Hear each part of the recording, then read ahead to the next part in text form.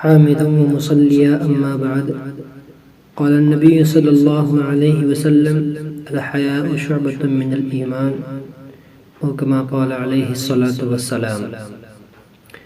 محترم سامعین کرام، میں نے حدیث کا ایک ٹکڑا آپ کے سامنے بیان کیا جس میں حضور پاک صلی اللہ علیہ وسلم نے ارشاد فرمایا کہ حیا ایمان کی ایک شاخ ہے، حیا شرم و حیا ایمان کا ایک شعبہ ہے۔ اور آج اسکول کالجوں کے اندر اس چیز کی دھجیاں اڑائی جا رہی ہیں، شرم و حیا کو پامال کیا جا رہا ہے۔ ابھی چند دن پہلے کا ہی واقعہ ہے کہ یونیورسٹی جو اسلام آباد کی ایک یونیورسٹی ہے اس میں پرچہ شائع کیا گیا، جو ایگزام پیپر ہوتے ہیں اس کا ایک سوال ہے۔ کہتے ہیں کہ جب شرم اور حیا چلی جائے تو انسان جانوروں سے بھی بدتر ہو جاتا ہے، غیر تو غیر پھر اپنے پاکیزہ رشتے بھی پامال ہونے لگتے ہیں۔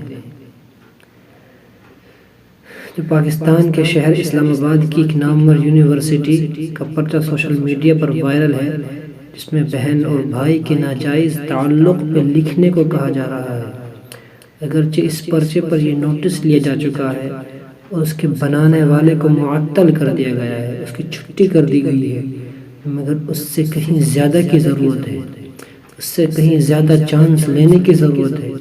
اگر ہم اپنے معاشرے اور رشتوں کو پاک رکھنا چاہتے ہیں تو خدا را بچوں کو تعلیم کے لیے بھیجتے ہوئے اتنی تحقیق ضرور کر لیا کرے کہ تعلیم کے نام پہ کہیں غیرت کا سودا تو نہیں کر بیٹھے ہو، کہیں ہم اپنے بچوں کی آخرت خراب تو نہیں کر بیٹھے، اپنی بچوں کی قبر جو انسان کی زندگی، آخرت کی زندگی جو شروع ہونے والی ہے، سب سے پہلی منزل ہے، اس کو تو خراب نہیں کر بیٹھے۔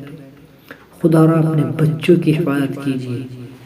جو وہ پرچہ شائع کیا جا رہا ہے وہ انگریزی میں ہے، اس کا ترجمہ یہ ہے کہ جولی اور مارک بہن بھائی ہیں، وہ کالج سے گرمیوں کی چھٹیوں میں فرانس میں اکٹھے سفر کر رہے ہیں۔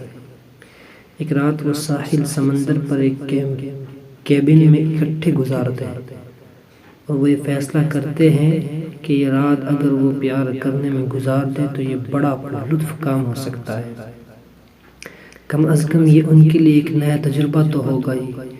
جولی پہلے ہی مانع عمل ادویات استعمال کرتی تھی اور مارک کنڈوم اپنے ساتھ رکھتا تھا تاکہ حفاظتی اقدامات برقرار رہیں۔ دونوں نے بہت لطف اٹھایا اور بہت پیار کیا، لیکن انہوں نے فیصلہ کیا کہ یہ بات کسی اور کو نہیں بتانی اور ایسا پھر کبھی نہیں کرنا۔ یہ رات ان کا خاص سیکریٹ تھا اور اس نے مزید قربت پیدا کر دی۔ بتائیے کہ کیا دونوں نے جو کام کیا وہ درست تھا؟ اپنے جواب کے لیے مناسب دلائل بھی دیجیے اور اپنے مشاہدے کی حد تک کچھ مثالیں بھی دیجیے۔ میرے بھائیو، یہ پرچہ جس کے بارے میں جو یہ سوال کیے جا رہے ہیں کے سامنے ہے کہ ایک بھائی بہن کے پاک جیسے رشتے کو ناپاک کیا جا رہا ہے، بشرطے یہ سوال ہی ہے، لیکن اس ذہن کو دیکھیے، اس ذہن کے اندر کس قدر خباثت بھری ہوئی ہے، اس خباثت کو بچوں کے اندر داخل کیا جا رہا ہے، اس کو ایگزام میں اس کے پرچے کے اندر سوال کیا جا رہا ہے، کوشچن بنایا جا رہا ہے کہ تم اس کے اوپر دلائل بھی دیجیے اور مشاہدے کے ساتھ اس کا جواب بھی دیجیے۔ اب ذرا آپ خود سوچیے، بھائی اپنی بہن کا مشاہدہ کیسے کر سکتا ہے، اس پر دلائل کیسے دے سکتا ہے کہ وہ اس کام کو صحیح کر رہے ہیں یا غلط کر رہے ہیں۔ اللہم حفظنا، اللہ ہماری حفاظت فرمائے۔ پاکستانی کے تعلیمی ادارے میں ایسا سوال کیسے پوچھا جا سکتا ہے؟ کیا ان کو غیرت نہیں آئی کہ انہوں نے ایسا سوال کیا؟ خدا را اپنے بچوں کی حفاظت کیجیے۔ اگر آج ہم اپنے بچوں کی حفاظت نہیں کی تو ایک وقت آئے گا کہ ہمارے بچے کے اندر بھی یہی ذہن پیدا ہو جائے گا کہ وہ بھی بہن اور بھائی میں کوئی فرق نہیں سمجھیں گے۔ جیسے اس ذہن کے اندر انہوں نے اپنے ذہن کو دکھایا ہے کہ بہن اور بھائی میں کوئی فرق اور غیر محرم میں کوئی فرق نظر نہیں آ رہا ہے۔ مجھے یاد آ رہا ہے کہ ایسا ہی ایک سوال علامہ اقبال اوپن یونیورسٹی کے پرچے میں بھی پوچھا گیا تھا کہ اپنی بہن کی فگر پر نوٹ لکھیں۔ متعلقہ شعبے کے سربراہ سے میں نے ٹاک شو میں سوال پوچھا تو وہ کہنے لگے اس میں کیا غلط تھا؟ میں چاہتے ہوئے بھی یہ نہ کہہ سکا کہ آپ اپنی بہن کی فگر پر آن لائن گفتگو یہیں فرما دیں تاکہ باقیوں کو معلوم ہو کہ ایسے سوال کا جواب کیسے لکھا جاتا ہے۔ میرے بھائیو، سوال یہ ہے کہ یہ محرم رشتوں کو جنسی آلودگی کا نشانہ بنایا جانا کس کی حکمت عملی ہے؟ اگر پرچوں میں یہ حالت ہے تو کلاس روم کا ماحول کیسا ہوتا ہوگا؟ آپ خود سوچئے۔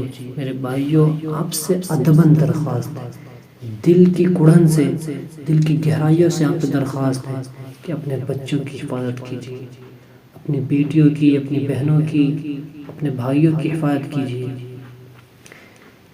انگریزی تعلیم دینا، دنیاوی تعلیم دینا کوئی منع نہیں، لیکن اپنی آخرت کو پہلے بچائیے، اپنی آخرت کی فکر کیجیے۔ اگر آخرت برباد ہے تو یہ دنیا بیکار ہے، یہ امتحان گاہ ہے، یہاں ہمیں زیادہ دن نہیں رہنا۔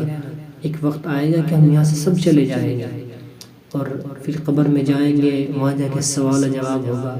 اگر ہم دین اسلام پر اپنی زندگی گزاری ہوگی تو ہم صحیح سوال جواب دے پائیں گے، اور اگر ہم نے اپنی زندگی دنیاوی زندگی پر گزاری ہوگی، دنیا کے معاملات میں پھنس کر گزاری ہوگی، ہمارے معاملات اسلام سے ہٹ کر ہوں گے تو ہمارا معاملہ آپ خود جانتے ہیں کہ کیا ہونے والا ہے، کہ وہاں کیا کیا عذاب دیا جائے گا۔ خدا را اپنے بچوں کی اور اپنی بیٹیوں کی، اپنی بہنوں کی آخرت کی فکر کیجیے، ان کو بچائیے۔ اللہ تبارک و تعالی ہمیں عمل کی توفیق عطا فرمائے۔